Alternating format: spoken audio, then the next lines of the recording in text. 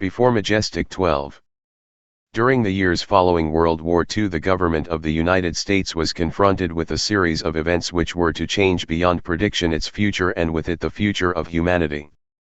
These events were so incredible that they defied belief.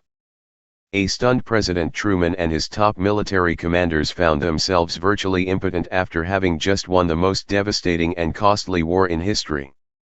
The United States had developed, used, and was the only nation on Earth in possession of the atomic bomb, which alone had the potential to destroy any enemy, and even the Earth itself. At that time, the United States had the best economy, the most advanced technology, the highest standard of living, exerted the most influence, and fielded the largest and most powerful military forces in history. We can only imagine the confusion and concern when the informed elite of the United States government discovered that an alien spacecraft piloted by insect-like beings from a totally incomprehensible culture had crashed in the desert of New Mexico. Between January 1947 and December 1952, at least 16 crashed or downed alien craft, 65 alien bodies, and 1 live alien were recovered. An additional alien craft had exploded and nothing was recovered from that incident. Of these incidents, 13 occurred within the borders of the United States, not including the craft which disintegrated in the air. Of these 13, 1 was in Arizona, 11 were in New Mexico, and 1 was in Nevada. 3 occurred in foreign countries. Of those, 1 was in Norway, and the last 2 were in Mexico. Sightings of UFOs were so numerous that serious investigation and debunking of each report became impossible utilizing the existing intelligence assets. Alien Earth presence. An alien craft was found on February 13, 1948 on a mesa near Aztec, New Mexico. Another craft was located on March 25, 1948 in Hart Canyon near Aztec, New Mexico. It was 100 feet in diameter. A total of 17 alien bodies were recovered from those 2 craft. Of even greater significance was the discovery of a large number of human body parts stored within both of these vehicles. A demon had reared its ugly head, and paranoia quickly took hold of everyone then in the know. The secret lid immediately became an above top secret lid and was screwed down tight. The security blanket was even tighter than that imposed upon the Manhattan Project. In the coming years, these events were to become the most closely guarded secrets in the history of the world. A special group of America's top scientists were organized, and a program under the name Project Sign was created in December of 1947 to study the phenomenon. The whole nasty business was contained within the shroud of secrecy. Project Sign evolved into Project Grudge in December of 1948. A low-level collection and disinformation project named Blue Book was formed under Grudge.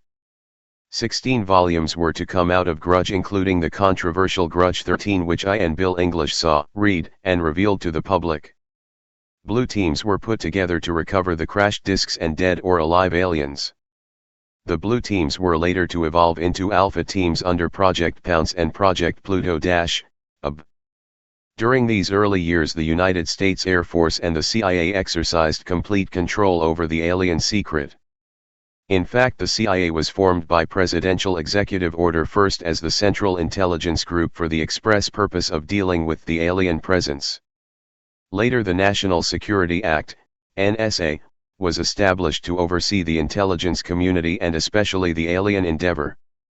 A series of National Security Council memos and executive orders removed the CIA from the sole task of gathering foreign intelligence and slowly but thoroughly legalized direct action in the form of covert activities at home and abroad. Intelligence gathering. On December 9, 1947, Truman approved issuance of NSC-4, entitled Coordination of Foreign Intelligence Information Measures, at the urging of Secretaries Marshall, Forrestal, Patterson, and the Director of the State Department's Policy Planning Staff, Kennan. The Foreign and Military Intelligence, Book 1, Final Report of the Select Committee to Study Governmental Operations with Respect to Intelligence Activities. United States Senate, 94th Congress, 2nd Session, Report No. 94 to 755, April 26, 1976, page 49 states, This directive empowered the Secretary of State to coordinate overseas information activities designed to counter communism. A top-secret annex to NSC-4, NSC-4A, instructed the Director of Central Intelligence to undertake covert psychological activities in pursuit of the aims set forth in NSC-4. The initial authority given the CIA for covert operations under NSC-4A did not establish formal procedures for either coordinating or approving these operations. It simply directed the DCI to undertake covert actions and ensure, through liaison with state and defense, that the resulting operations were consistent with American policy. Later NSC-10/1 and NSC-10/2 were to supersede NSC-4 and NSC-4A and expand the covert abilities even further. The Office of Policy Coordination, OPC, was chartered to carry out an expanded program of covert activities. NSC-10/1 and NSC-10/2 validated illegal and extra-legal practices and procedures as being agreeable to the national security leadership. The reaction was swift. In the eyes of the intelligence community, no holes were barred. Under NSC-10/1, an executive coordination group was established to review, but not approve, covert project proposals. The CG was secretly tasked to coordinate the alien projects. NSC-10/1 and NSC-10/2 were interpreted to mean that no one at the top wanted to know about anything until it was over and successful. These actions established a buffer between the president and the information. It was intended that this buffer serve as a means for the president to deny knowledge if leaks divulged the true state of affairs. This buffer was used in later years for the purpose of effectively isolating succeeding presidents from the knowledge of the alien presence other than what the secret government and the intelligence community wanted them to know. NSC-10/2 established a study panel which met secretly and was made up of scientific minds of the day. The study panel was not called MJ-12. Another NSC memo, NSC-10/5, further outlined the duties of the study panel. These NSC memos and secret executive orders set the stage for the creation of MJ-12 only 4 years later. First victim of the cover-up. Secretary of Defense James Forrestal began to object to the secrecy. He was a very idealistic and religious man who believed that the public should be told. When he began to talk to leaders of the opposition party and leaders of Congress about the alien problem, he was asked to resign by Truman. He expressed his fears to many people and rightfully believed that he was being watched. This was interpreted by those who were ignorant of the facts as paranoia. Forrestal later was said to have suffered a mental breakdown and was admitted to Bethesda Naval Hospital. In fact, it was feared that Forrestal would begin to talk again and he had to be isolated and discredited. Sometime in the early morning of May 22, 1949, agents of the CIA tied a sheet around his neck, fastened the other end to a fixture in his room and threw James Forrestal out the window. The sheet tore and he plummeted to his death. He became one of the first victims of the cover-up. Ebe. The live alien that had been taken from the 1947 Roswell crash was named Ebe. The name had been suggested by Dr. Vannevar Bush and was short for extraterrestrial biological entity. Ebe had a tendency to lie and for over a year would give only the desired answer to questions asked. Those questions which would have resulted in an undesirable answer went unanswered. At some point during the second year of captivity he began to open up and the information derived from Ebe was startling, to say the least. This compilation of his revelations became the foundation of what would later be called the Yellow Book. Photographs were taken of Ebe which, among others, I and Bill English were to view years later in Grudge 13. In late 1951 Ebe became ill. Medical personnel had been unable to determine the cause of Ebe's illness and had no background from which to draw. Ebe's system was chlorophyll-based and he processed food into energy much the same as plants. Waste material was excreted the same as plants. It was decided that an expert on botany was called for. A botanist, Dr. Guillermo Mendoza, was brought in to try and help him recover. Dr. Mendoza worked to save Ebe until mid-1952 when Ebe died. Dr. Mendoza became an expert on alien biology.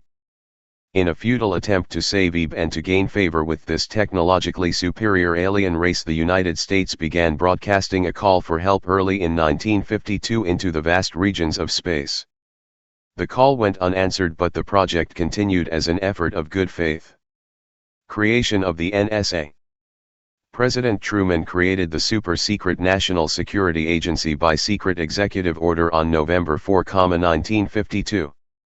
Its primary purpose was to decipher the alien communications and language and establish a dialogue with the aliens. This most urgent task was a continuation of the earlier effort and was code-named Sigma. The secondary purpose of the NSA was to monitor all communications and emissions from any and all devices worldwide for the purpose of gathering intelligence, both human and alien, and to contain the secret of the alien presence. Project Sigma was successful. The NSA also maintains communications with the Luna base and other secret space programs. By executive order, the NSA is exempt from all laws which do not specifically name the NSA in the text of the law as being subject to that law. That means that if the agency is not spelled out in the text of any and every law passed by the Congress, it is not subject to that or those laws. The NSA now performs many other duties and in fact is the premier agency within the intelligence community. Today NSA receives 75% of the monies allotted to the intelligence community. The old saying, where the money goes therein the power resides, is true. The DCI today is a figurehead maintained as a public ruse. The primary task of the NSA is still alien communications, but now includes other alien projects as well. President Truman had been keeping our allies, including the Soviet Union, informed of the developing alien problem since the Roswell recovery. This had been done in case the aliens turned out to be a threat to the human race. Plans were formulated to defend the Earth in case of invasion. Great difficulty was encountered in maintaining international secrecy. It was decided that an outside group was necessary to coordinate and control international efforts in order to hide the secret from the normal scrutiny of governments by the press. The result was the formation of a secret society known as the Bilderbergers. The headquarters of this group is in Geneva, Switzerland. The Bilderbergers evolved into a secret world government that now controls everything. The United Nations was then, and is now, an international joke. A new president. In 1953 a new man occupied the White House. He was a man used to a structured staff organization with a chain of command. His method was to delegate authority and rule by committee. He made major decisions, but only when his advisors were unable to come to consensus. His normal method was to read through or listen to several alternatives and then approve one. Those who worked closely with him have stated that his favorite comment was, "Just do whatever it takes." He spent a lot of time on the golf course. This was not all unusual for a man who had been career Army with the ultimate position of Supreme Allied Commander during the war. A post which carried 5 stars along with it. This president was General of the Army Dwight David Eisenhower. During his first year in office, 1953, at least 10 more alien crash disks were recovered along with 26 dead and 4 live aliens. Of the 10, 4 were found in Arizona, 2 in Texas, 1 in New Mexico, 1 in Louisiana, 1 in Montana, and 1 in South Africa. There were hundreds of sightings. Eisenhower knew that he had to wrestle and beat the alien problem. He knew that he could not do it by revealing the secret to the Congress. Early in 1953 the new president turned to his friend and fellow member of the Council on Foreign Relations, Nelson Rockefeller, for help with the alien problem. Eisenhower and Rockefeller began planning the secret structure of alien task supervision, which was to become a reality within 1 year. The idea for MJ-12 was thus born. It was Nelson's uncle Winthrop Aldrich who had been crucial in convincing Eisenhower to run for president. The whole Rockefeller family and with them the Rockefeller empire had solidly backed Ike. Asking Rockefeller for help with the alien problem was to be the biggest mistake Eisenhower ever made for the future of the United States and most probably all of humanity. Within 1 week of Eisenhower's election, he had appointed Nelson Rockefeller chairman of a Presidential Advisory Committee on Government Organization. Rockefeller was responsible for planning the reorganization of the government. New Deal programs went into one single cabinet position called the Department of Health, Education, and Welfare. When the Congress approved the new cabinet position in April of 1953, Nelson was named to the post of Undersecretary to Optical Hobby. Heading for Earth. In 1953, astronomers discovered large objects in space which were moving towards Earth. It was first believed that they were asteroids. Later evidence proved that the objects could only be spaceships. Project Sigma intercepted alien radio communication. When the objects reached the Earth, they took up a very high orbit around the equator. There were several huge ships, and their actual intent was unknown. Project Sigma, and a new project, Plato, through radio communications using the computer binary language, was able to arrange a landing that resulted in face-to-face contact with alien beings from another planet. Project Plato was tasked with establishing diplomatic relations with this alien race of space aliens. In the meantime, a race of human-looking aliens contacted the US government. This alien group warned us against the aliens that were orbiting the equator and offered to help us with our spiritual development. They demanded that we dismantle and destroy our nuclear weapons as the major condition. They refused to exchange technology, citing that we were spiritually unable to handle the technology which we then possessed. They believed that we would use any new technology to destroy each other. This race stated that we were on a path of self-destruction and we must stop killing each other, stop polluting the earth, stop raping the earth's natural resources, and learn to live in harmony. These terms were met with extreme suspicion, especially the major condition of nuclear disarmament. It was believed that meeting that condition would leave us helpless in the face of an obvious alien threat. We also had nothing in history to help with the decision. Nuclear disarmament was not considered to be within the best interest of the United States. The overtures were rejected. Later in 1954, the race of large-nosed gray aliens which had been orbiting the Earth landed at Holloman Air Force Base. A basic agreement was reached. This race identified themselves as originating from a planet around a red star in the constellation of Orion, which we call Betelgeuse. They stated that their planet was dying and that at some unknown future time they would be able to survive there. This led to a second landing at Edwards Air Force Base. The historical event had been planned in advance and details of the treaty had been agreed upon. Eisenhower arranged to be in Palm Springs on vacation. On the appointed day, the president was spirited away to the base and the excuse was given to the press that he was visiting a dentist. Formal treaty signed. President Eisenhower met with the aliens and a formal treaty between the alien nation and the United States of America was signed.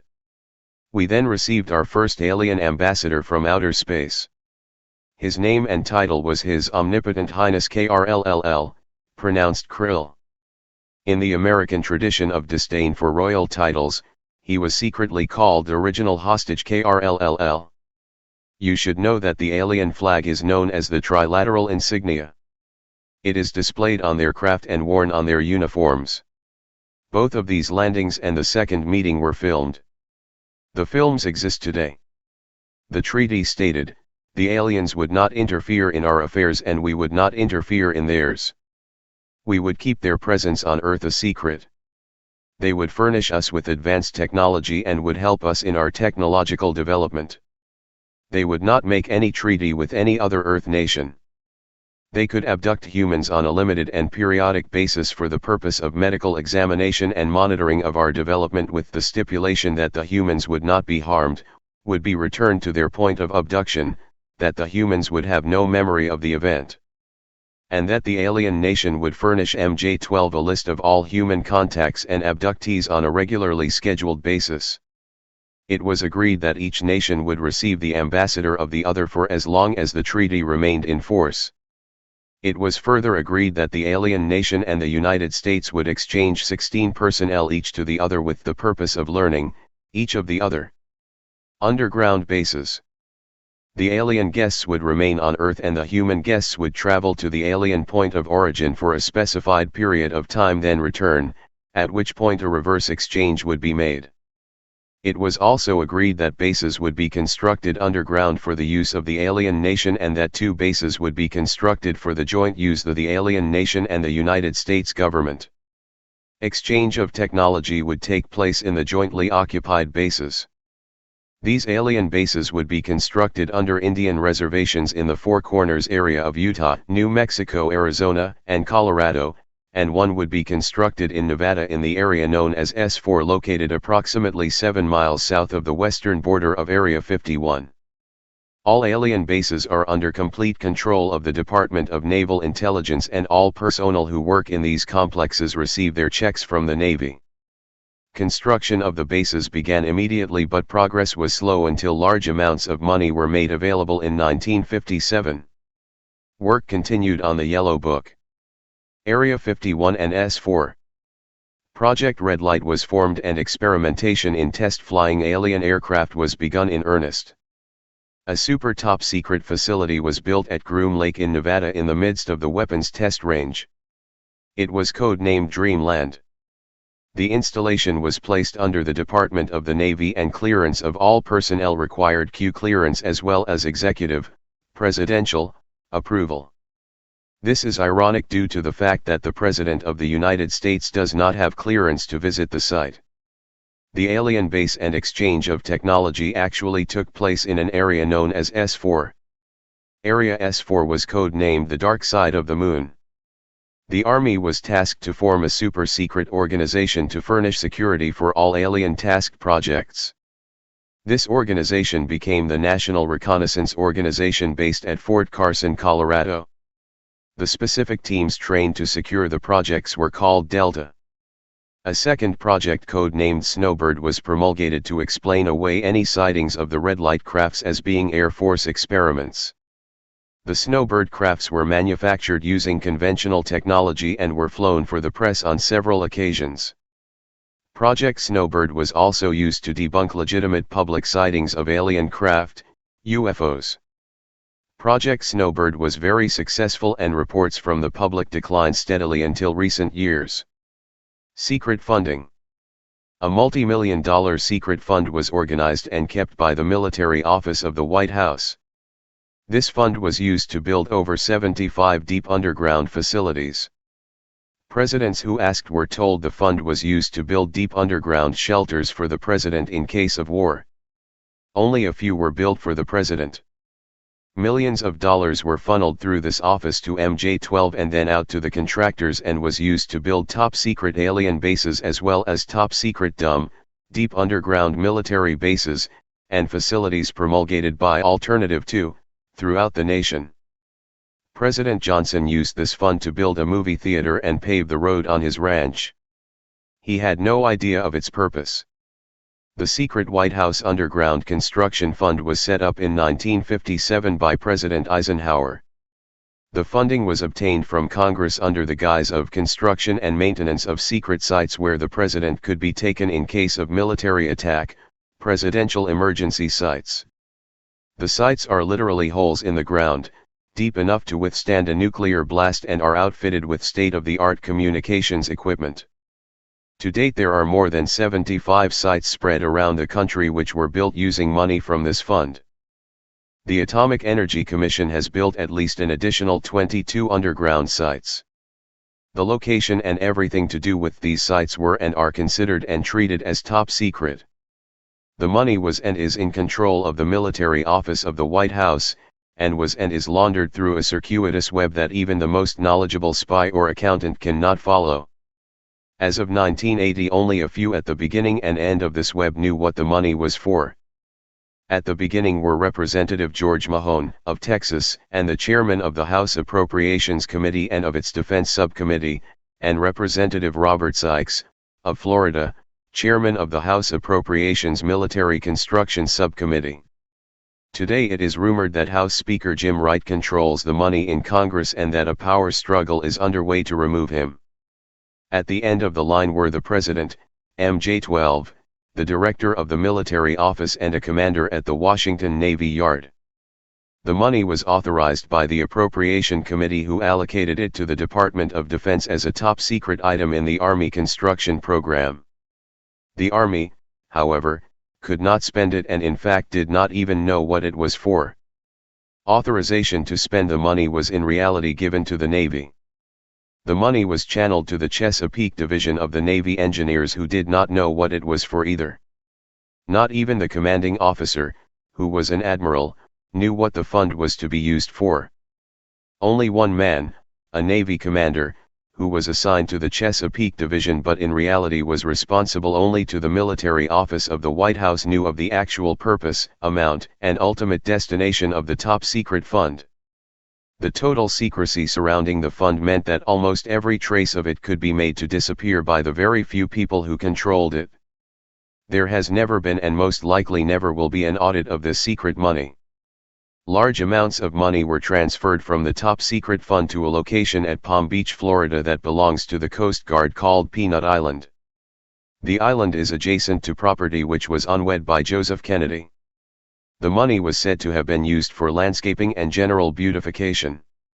Some time ago, a TV news special on the Kennedy assassination told of a Coast Guard officer transferring money in a briefcase to a Kennedy employee across this property line. Could this have been a secret payment to the Kennedy family for the loss of their son John F. Kennedy? The payments continued through the year 1967 and then stopped. The total amount transferred is unknown and the actual use of the money is unknown. Meanwhile, Nelson Rockefeller changed positions again. This time he was to take C.D. Jackson's old position, which had been called the Special Assistant for Psychological Strategy. With Nelson's appointment, the name was changed to the Special Assistant for Cold War Strategy. This position would evolve over the years into the same position Henry Kissinger was ultimately to hold under President Nixon.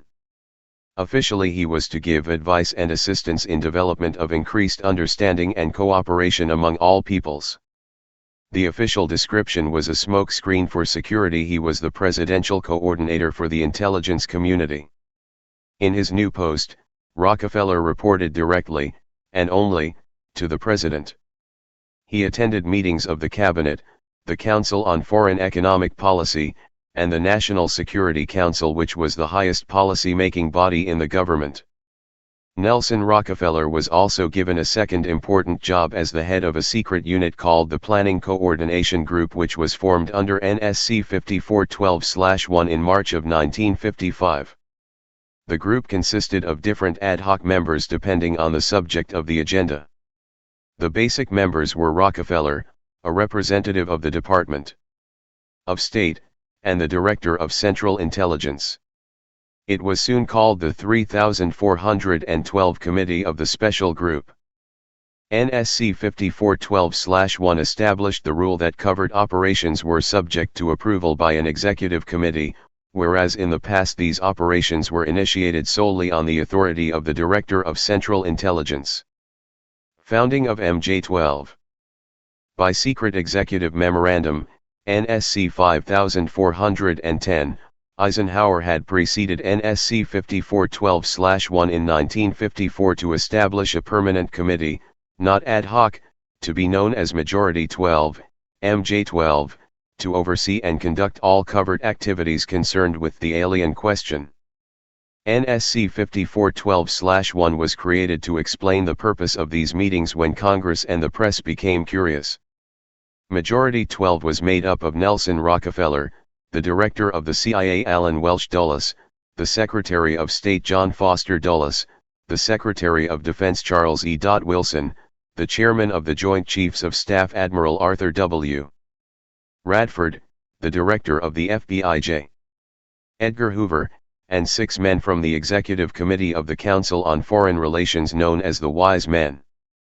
These men were all members of a secret society of scholars that called themselves the Jason Society, or the Jason Scholars, who recruited their members from the Skull and Bones and the Scroll and Key Societies of Harvard and Yale. The Wise Men were key members of the Council on Foreign Relations. There were 12 members including the first 6 from government positions, thus Majority 12. This group was made up over the years of the top officers and directors of the Council on Foreign Relations and later the Trilateral Commission. Gordon Dean, George Bush, and Zbigniew Brzezinski were among them. The most important and influential of the wise men who served on MJ-12 were John McCloy, Robert Lovett, Averell Harriman, Charles Bolin, George Kennan, and Dean Acheson. It is significant that President Eisenhower as well as the first 6 MJ-12 members from the government were also members of the Council on Foreign Relations. Thorough researchers will soon discover that not all of the wise men attended Harvard or Yale and not all of them were chosen for Skull and Bones or Scroll and Key membership during their college years. You will be able to quickly clear up this mystery by obtaining the book The Wise Men by Walter Isaacson and Evan Thomas, Simon and Schuster, New York. Under illustration number 9 in the center of the book you will find the caption Lovett with the Yale unit, above far right, and on the beach his initiation into Skull and Bones came at an air base near Dunkirk. I have found that members were chosen on an ongoing basis by invitation based upon merit post-college and was not confined to only Harvard or Yale attendees. A chosen few were later initiated into the Jason Society. They are all members of the Council on Foreign Relations and at that time were known as the Eastern Establishment. This should give you a clue to the far-reaching and serious nature of these most secret college societies. The Jason Society is alive and well today but now includes members of the Trilateral Commission as well. The Trilateralists existed secretly several years before 1973. The name of the Trilateral Commission was taken from the alien flag known as the Trilateral Insignia. Majority 12 was to survive right up to the present day. Under Eisenhower and Kennedy it was erroneously called the 8412 Committee or more correctly, the Special Group.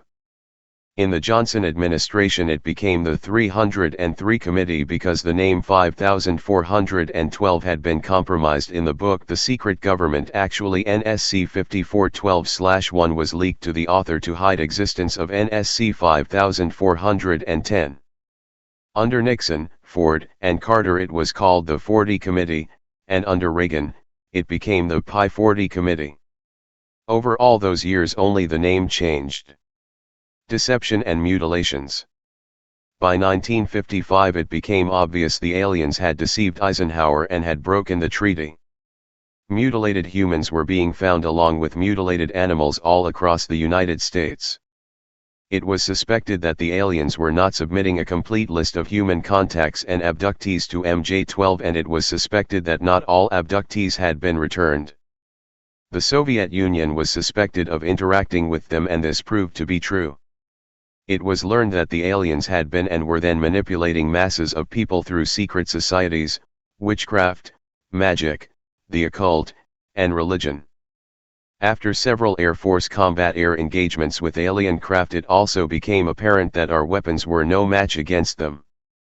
In November 1955, NSC 5412/2 was issued establishing a study committee to explore all factors which are involved in making and implementing of foreign policy in the nuclear age.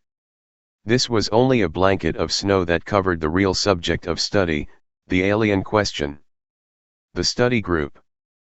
By secret executive memorandum, NSC 5411 in 1954, President Eisenhower had commissioned the study group to examine all the facts, evidence, lies, and deception and discover the truth of the alien question.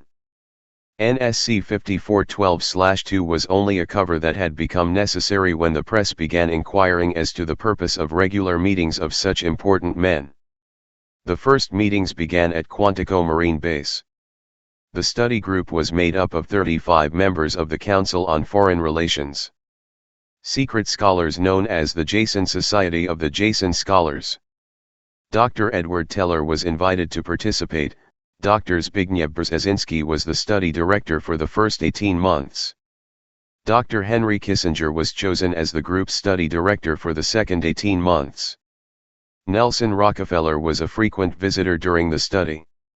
The second phase meetings were also held at the Marine base at Quantico, Virginia and the group became known as Quantico II. Nelson Rockefeller built a retreat somewhere in Maryland which could only be reached by air for MJ-12 and the study committee so that they could meet away from public scrutiny. This secret meeting place is known by the code name the Country Club. Complete living, eating, recreation, library, and meeting facilities exist at the location. The study group was publicly closed in the later months of 1958 and Henry Kissinger published what was officially termed the results in 1957 as Nuclear Weapons and Foreign Policy by Henry A. Kissinger, published for the Council on Foreign Relations by Harper and Brothers, New York. In truth, the manuscript had already been 80% written while Kissinger was at Harvard. The study group continued veiled in secrecy. A clue to the seriousness Kissinger attached to the study can be found in statements by his wife and friends. Many of them stated that Henry would leave home early each morning and return late each night without speaking to anyone or responding to anyone. It seemed as if he were in another world which held no room for anyone else. These statements are very revealing. The revelations of the alien presence and actions during the study must have been a great shock. Henry Kissinger was definitely out of character during time surrounding these meetings. He would never again be affected in this manner no matter the seriousness of any subsequent event. On many occasions he would work very late into the night after having already put in a full day. This behavior eventually led to divorce. A major finding of the alien study was that the public could not be told, as it was believed that this would most certainly lead to economic collapse of the religious structure, and national panic which would lead into anarchy. Secrecy thus continued. An offshoot of this finding was that if the public could not be told, then the Congress could not be told, thus funding for the projects and research would have to come from outside the government. In the meantime, money was to be obtained from the military budget and from CIA confidential non-appropriated funds. Genetic experimentation. Another major finding was the aliens were using humans and animals for a source of glandular secretions, enzymes, hormonal secretions, blood, and in horrible genetic experiments. The aliens explained these actions as necessary to their survival. They stated that their genetic structure had deteriorated and that they were no longer able to reproduce. They stated that if they were unable to improve their genetic structure, their race would soon cease to exist. We looked upon their explanations with extreme suspicion.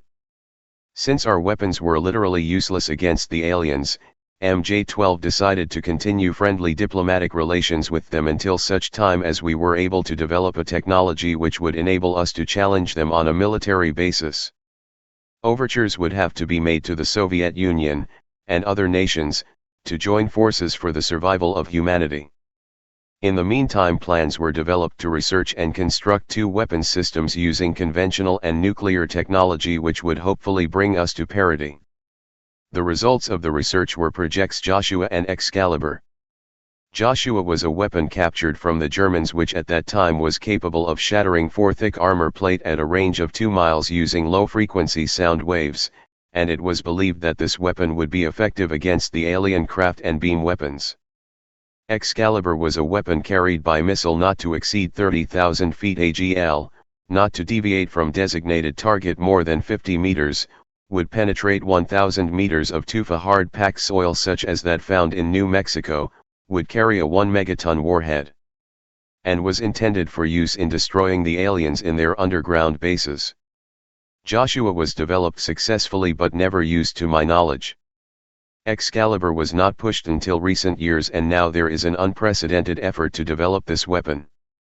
The events at Fatima in the early part of the century were scrutinized.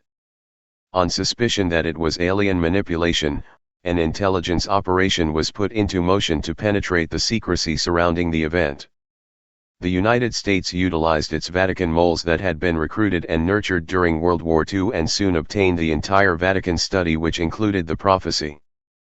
This prophecy stated that if man did not turn from evil and place himself at the feet of Christ, the planet would self-destruct, and the events described in the book of Revelations would indeed come to pass. It stated that a child would be born who would unite the world with a plan for world peace and a false religion beginning in 1992. By 1995 the people would discern that he was evil and was indeed the Antichrist. World War III would begin in the Middle East in 1995 with an invasion of Israel by a united Arab nation using conventional weapons, which would culminate in a nuclear holocaust in the year 1999.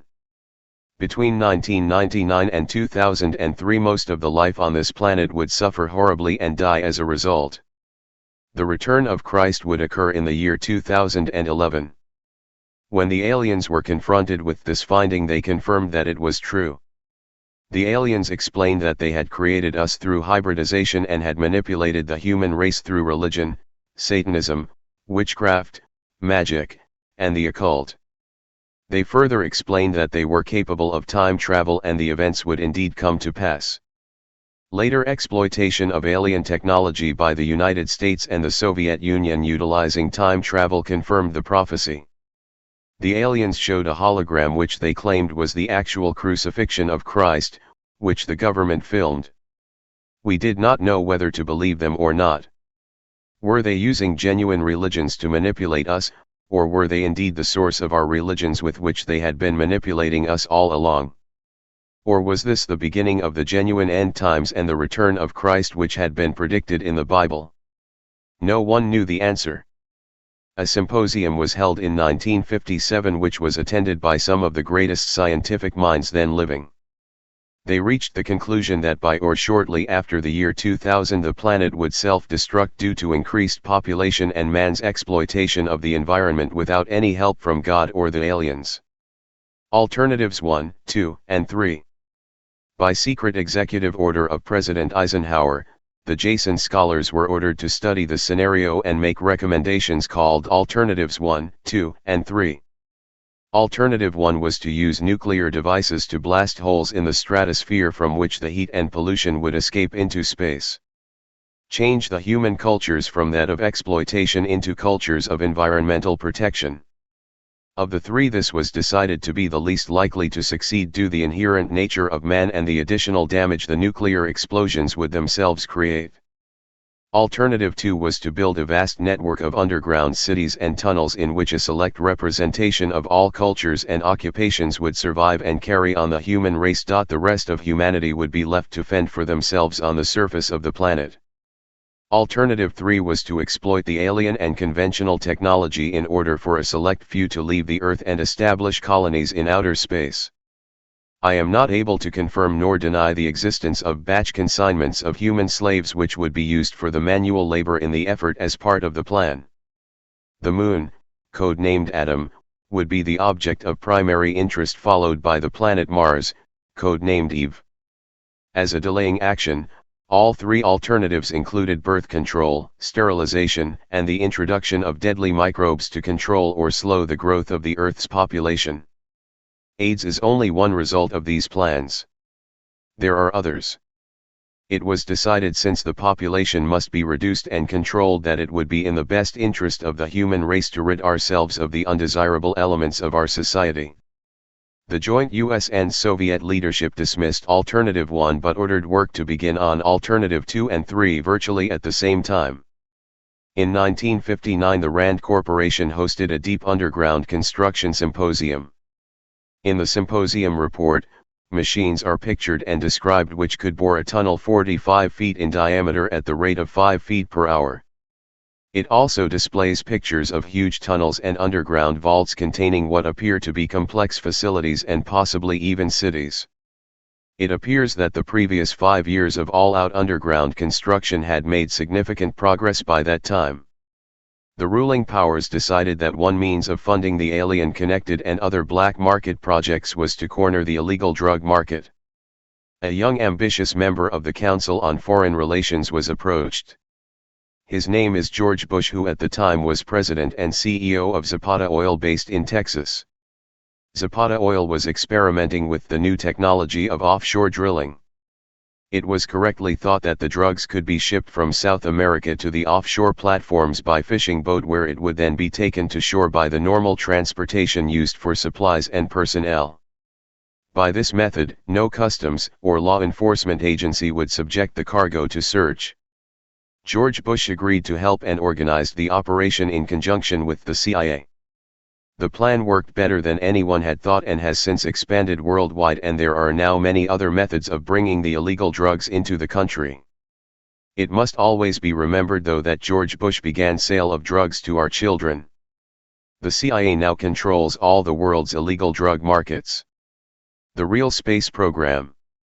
The official space program was boosted by President Kennedy in his inaugural address when he mandated that the United States put a man on the moon before the end of the decade. Although innocent in its conception, this mandate enabled those in charge to funnel vast amounts of money into black projects and conceal the real space program from the American people. A similar program in the Soviet Union served the same purpose. In fact, a joint alien, United States, and Soviet Union base already existed on the moon at the very moment Kennedy spoke the words. On May 22, 1962, a space probe landed on Mars and confirmed the existence of an environment which could support life. Not long afterward, the construction of a colony on the planet Mars began in earnest. Today, cities exist on Mars populated by specifically selected people from different cultures and occupations taken from all over the Earth. A public charade of antagonism between the Soviet Union and the United States has been maintained over all these years in order to fund projects in the name of national defense when in fact we are the closest allies. Kennedy assassination. At some point President Kennedy discovered portions of the truth concerning the drugs and the aliens. He issued an ultimatum in 1963 to MJ-12. President Kennedy assured them that if they didn't clean up the drug problem he would. He informed MJ-12 that he intended to reveal the presence of aliens to the American people within the following year and ordered a plan developed to implement his decision. President Kennedy was not a member of the Council on Foreign Relations and know nothing of Alternative 2 or Alternative 3. Internationally, the operations were supervised by MJ-12 and in the Soviet Union by its sister organization. President Kennedy's decision struck fear into the hearts of those in charge.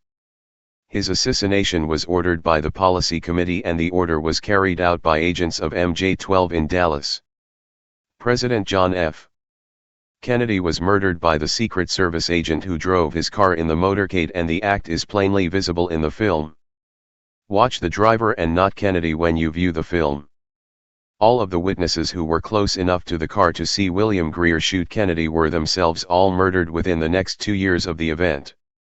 The Warren Commission was a farce and Council on Foreign Relations members made up the majority of its panel. They succeeded in snowing the American people.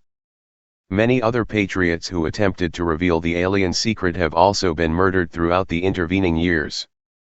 During the era of the United States initial space exploration and the moon landings, every launch was accompanied by alien craft. A moon base dubbed Luna was sighted and filmed by the Apollo astronauts. Domes, spires, tall round structures which look like silos, huge T-shaped mining vehicles which left stitch-like tracks in the lunar surface, and extremely large as well as small alien craft appear in the photographs. It is a joint United States, Russian and alien base. The space program is a farce and unbelievable waste of money. Alternative 3 is a reality and is not at all science fiction. Most of the Apollo astronauts were severely shaken by this experience, and their lives and subsequent statements reflect the depth of the revelation and the effect of the muzzle order which followed.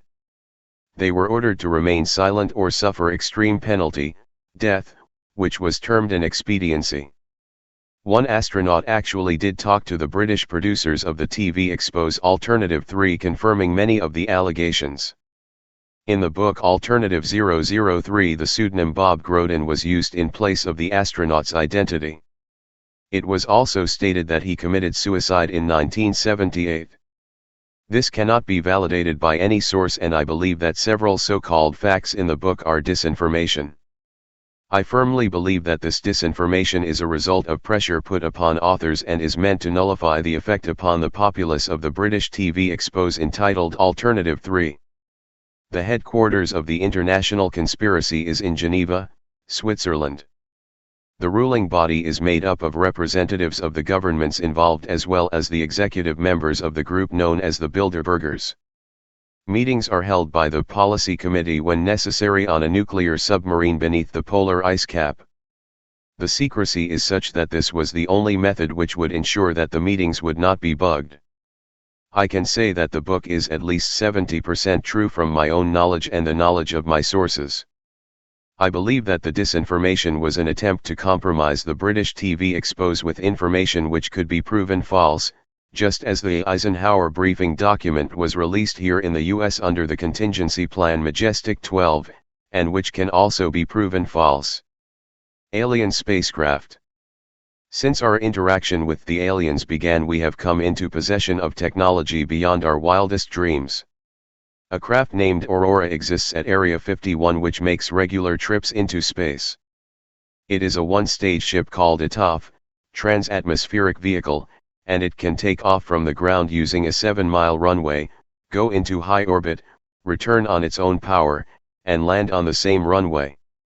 We currently have and fly atomic-powered alien-type craft at Area S4 in Nevada. Our pilots have made interplanetary voyages in these craft and have been to the Moon, Mars, and other planets aboard these craft. We have been lied to about the true nature of the Moon, the planets Mars and Venus, and the real state of technology that we possess today at this very moment. There are areas on the Moon where plant life grows and even changes color with the seasons. This seasonal effect is because the Moon does not, as claimed, always present the exact same side to the Earth or the Sun. There is an area that wobbles in and out of darkness on a seasonal basis, and it is near this area that the plant life grows. The Moon does have a few man-made lakes and ponds upon its surface, and clouds have been observed and filmed in its atmosphere. It possesses a gravitational field, and man can walk upon its surface without a spacesuit, breathing from an oxygen bottle after undergoing decompression, the same as any deep-sea diver. I have seen the photographs, and some of them were actually published in the book We Discovered Alien Bases on the Moon by Fred Steckling. In 1969 a confrontation broke out between the human scientists and the aliens at the Dulce underground lab. The aliens took many of our scientists hostage. Delta forces were sent to free them but were no match against the alien weapons. 66 of our people were killed during this action. As a result, we withdrew from all joint projects for at least 2 years. A reconciliation eventually took place, and once again we began to interact. Today the alliance continues. Nixon forced to resign. When the Watergate scandal broke, President Nixon had intended to ride out the storm, confident that he could not be impeached. MJ-12, however, had a different agenda. The intelligence community rightfully concluded that an impeachment trial would open up the files and bare the awful secrets to the public eye. Nixon was ordered to resign. He refused, and so the first military coup ever to take place in the United States was promulgated. The Joint Chiefs of Staff sent a top-secret message to the commanders of all U.S. armed forces throughout the world.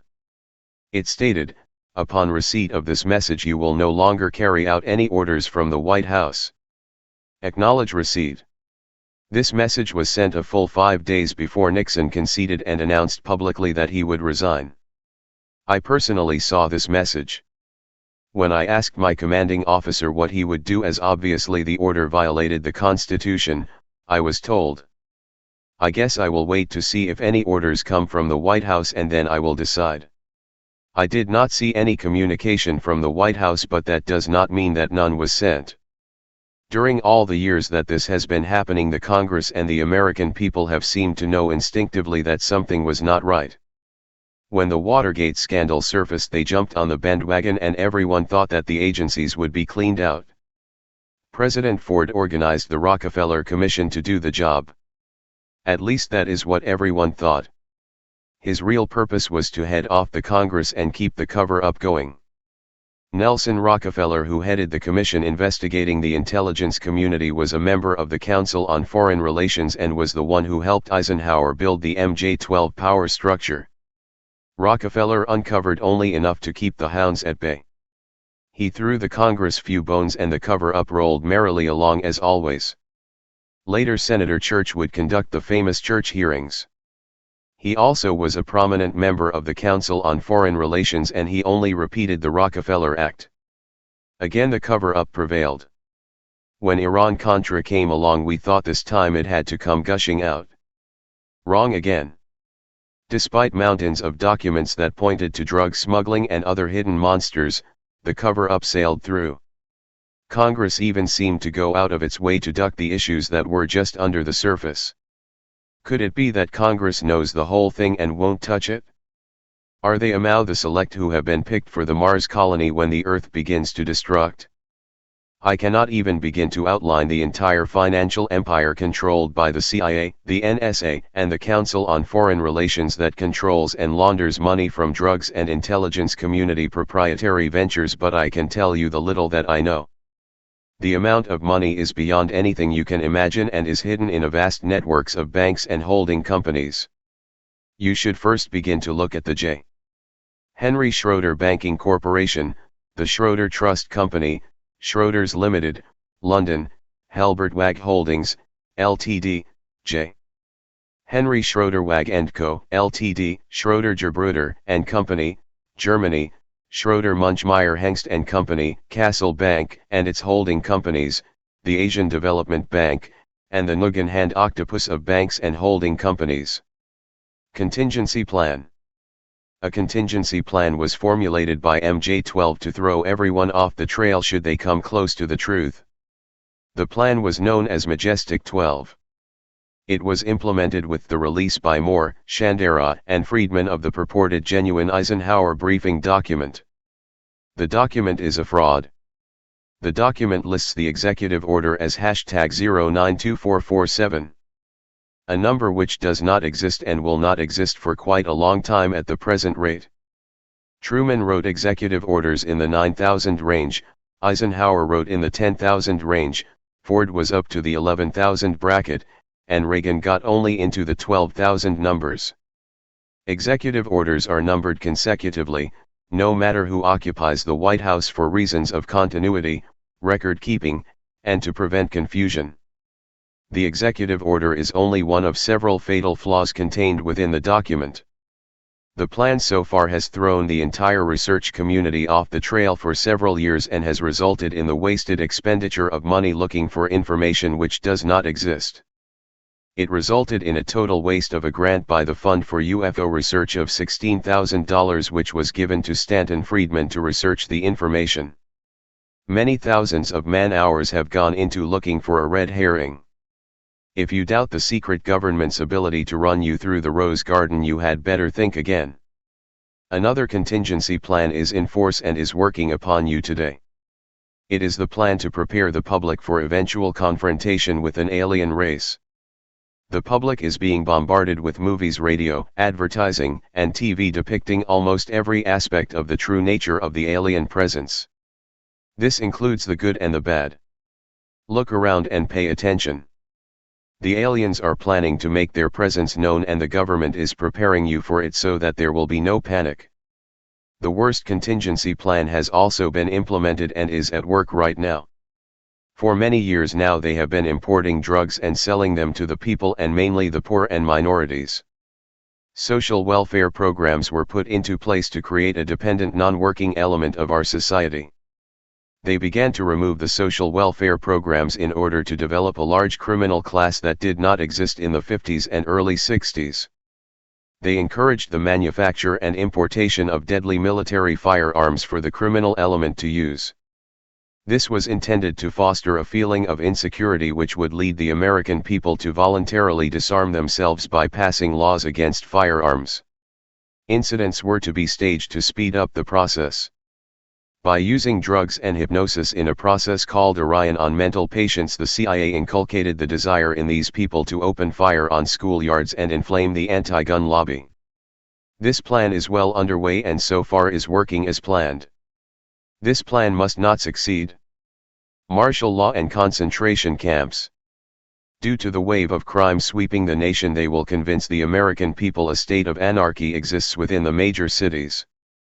They are now building their case almost nightly on TV and daily in newspapers. When public opinion has been won over to this idea, they intend to state that a terrorist group armed with a nuclear weapon has entered the United States and that they plan to detonate this device in one of our cities. The government will then suspend the Constitution and declare martial law. The secret alien army of implanted humans and all dissidents, which translated into anyone they choose, will be rounded up and will be placed in concentration camps which already exist throughout the country. They are each 1 mile square. Are the people whom they intend to place in these concentration camps destined to make the reported batch consignments of slave labor needed by the space colonies? The media, radio, TV, newspapers, and computer networks will be nationalized and seized. Anyone who resists will be taken or killed. This entire operation was rehearsed by the government and military in 1984 under the code name Rex 84, and it went off without a hitch. When these events have transpired, the secret government and/or alien takeover will be complete. Your freedom will never be returned and you will live in slavery for the remainder of your life. You had better wake up and you had better do it now. Secret government agents.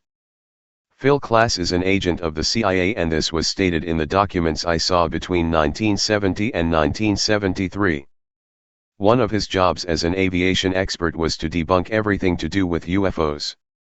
All military commanders were instructed to call him to gain information on how to debunk and/or explain UFO contacts and/or sightings to the public and/or press if and when the need arose.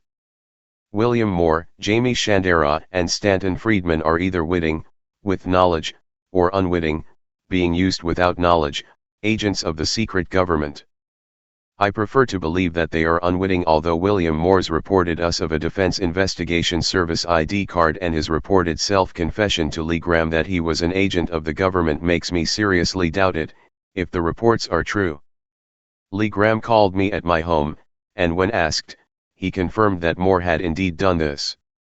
Stanton Friedman has told me and many others that years ago he helped develop a nuclear reactor, to power an aircraft, that was the size of a basketball, was clean, turned out hydrogen, and worked like a dream. His words, not mine. The only fuel which could go into such an engine and produce hydrogen as a byproduct is water. The only place in the universe at that time to get such technology was from the aliens. Is he really unwitting? I do not know. He was a member of the Moore, Shandera, and Friedman research team, and it was they who implemented the Majestic 12 contingency plan. In the documents which I saw between 1970 and 1973, names of individuals were listed who were to be targeted for recruitment in order that the contingency plan known as Majestic 12 could be introduced to the public by persons known and respected by the public. Bruce McCabe, Stanton Friedman, and William Moore were among those listed. I do not know that the subsequent events do not seem to indicate the Bruce McCabe is involved, but the actions of Stanton Friedman and William Moore are highly suspect. I know that all the major UFO research organizations were targeted for infiltration and control by the secret government, just as NICAP was infiltrated and controlled. I believe that these efforts have been successful. It is very possible that the major UFO publications are also controlled. Majestic 12 today. Today, MJ-12 still exists and operates just as it always has. It is made up of the same structure, 6 from the same positions in government, and 6 from the executive members of the Council on Foreign Relations and/or Trilateral Commission.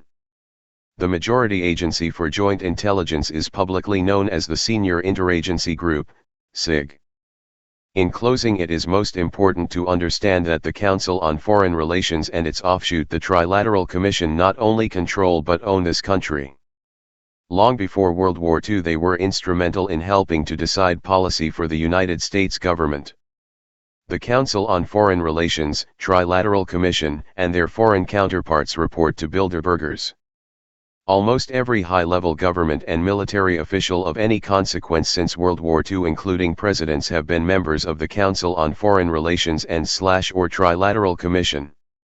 All American members of the Trilateral Commission have either been or are a member of the Council on Foreign Relations. Each foreign nation of any importance has its own offshoot of the Council on Foreign Relations, and the members of each country interact with those of other countries through the Bilderbergers to further their common goals. The foreign member of the Trilateral Commission belong to their respective organizations. Even a cursory investigation by the most inexperienced researcher will show that the members of the Council on Foreign Relations and the Trilateral Commission control the major foundations, all of the major media, publishing interests, the largest banks, all the major corporations, the upper echelons of the government, and many other vital interests. Their members are elected and appointed because they have all the money and special interests behind them. All, that is, except the people's. They are undemocratic and do not in any way represent the majority of the US of America. These are the people who will decide who survives the coming Holocaust and who does not. The Bilderbergers, the Council on Foreign Relations and the Trilateral Commission are the secret government and rule this nation through MJ12 and the study group known as the Jason Society or Jason Scholars and the top echelon of the government which consist mostly of their members. Alien manipulation. Throughout our history the aliens have manipulated and/or ruled the human race through various secret societies, religion, magic, witchcraft, and the occult. The Council on Foreign Relations and the Trilateral Commission are in complete control of the alien technology and are also in complete control of the nation's economy. Eisenhower was the last president to know the entire overview of the alien problem. Succeeding presidents were told only what MJ12 and the intelligence community wanted them to know, and believe me, it wasn't the truth. MJ12 has presented each new president with a picture of a lost alien culture seeking to renew itself, build a home on this planet, and shower us with gifts of technology. In some cases the president was told nothing.